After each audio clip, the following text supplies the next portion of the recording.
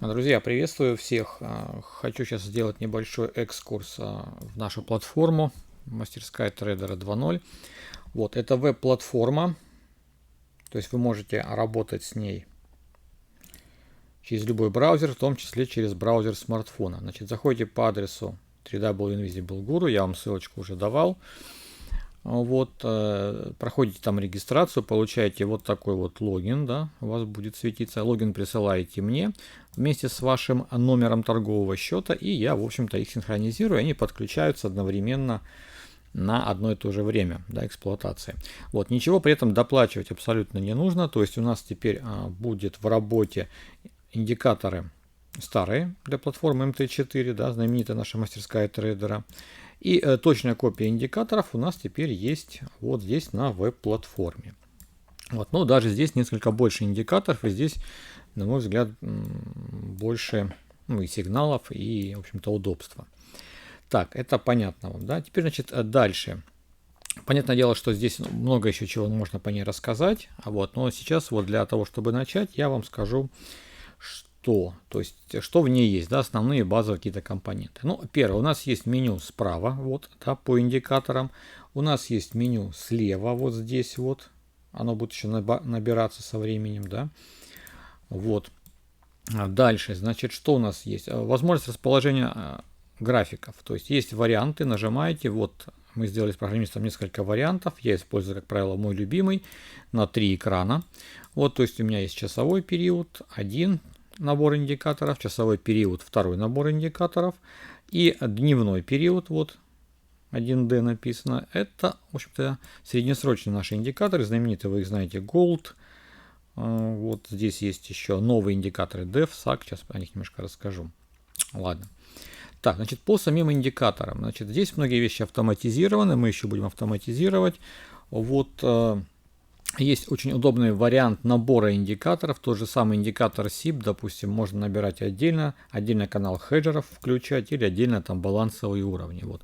Балансовые уровни есть стандартные, которые в SIP, есть еще объемные, есть еще некоторые, в общем, разные и так далее. Все это можно набирать себе, пожалуйста, под ваши какие-то там, скажем, потребности, да. Вот. Дальше, значит, что тут еще есть? Да, можно менять цвета.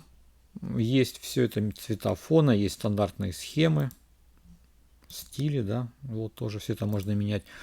Можно менять цвета в индикаторах полосок, сигналов, стрелочек и так далее.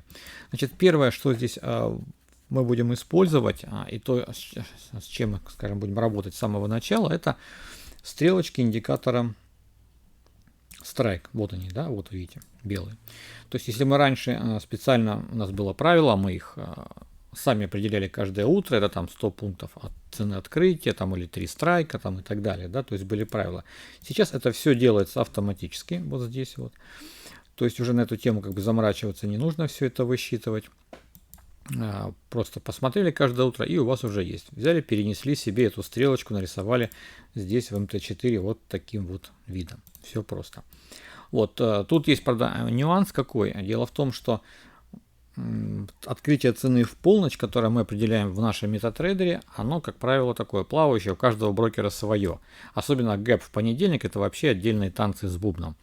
Вот, чтобы этой неразберихи больше не было, мы с программистом взяли цену открытия одну правильную на бирже CME. Все, да. И от нее программа уже считает. Все, полностью все, что нужно, по правилам. Поэтому вот эти вот стрелочки иногда могут расходиться с вашими, скажем, личными определениями, в зависимости от того, где ваш брокер нарисовал вам цену открытия. Вот, поэтому я знаю, что вопросы такие будут, а почему как бы есть стрелочка, а по факту ее нет там или как-то еще. Друзья, чтобы вот не было вопросов, говорю, что здесь считается по цене открытия биржи. Это очень важно, поэтому двойных уже в принципе симптомов никаких не будет, двойных определений. Ясно. Вот. Дальше, значит, где они включаются, тоже был вопрос. Они включаются в индикаторе Levels, смотрите, да, заходите сюда, в настроечки. Здесь есть цели, сигналы, и вот сигнал Strike, видите, сигнал Strike. Вот. Можно включить, отключить, показывать замки, не показывать, там и так далее, да, вот. Это все есть. Ну, сейчас, кстати, я включил на вот это окошко. Мы включим на вот это окошко, сделаем его активным. Да, смотрите, что для каждого окошка свои настройки. Это очень важно. Вот, поэтому заходим в это окошко. Включаем режим настройки. И вот сигнал страйк включен.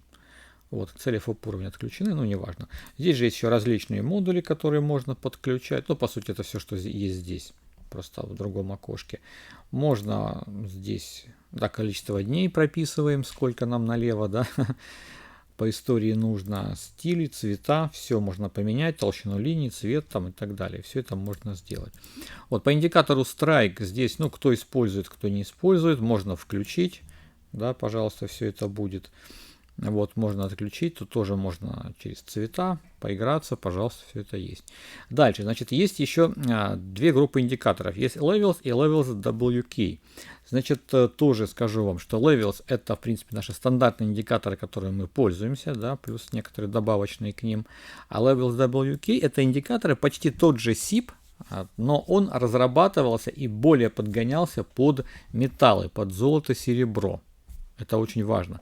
То есть здесь есть тоже каналы, есть все остальное, но они лучше всего работают на металлах. Вот, к этому мы еще потом вернемся.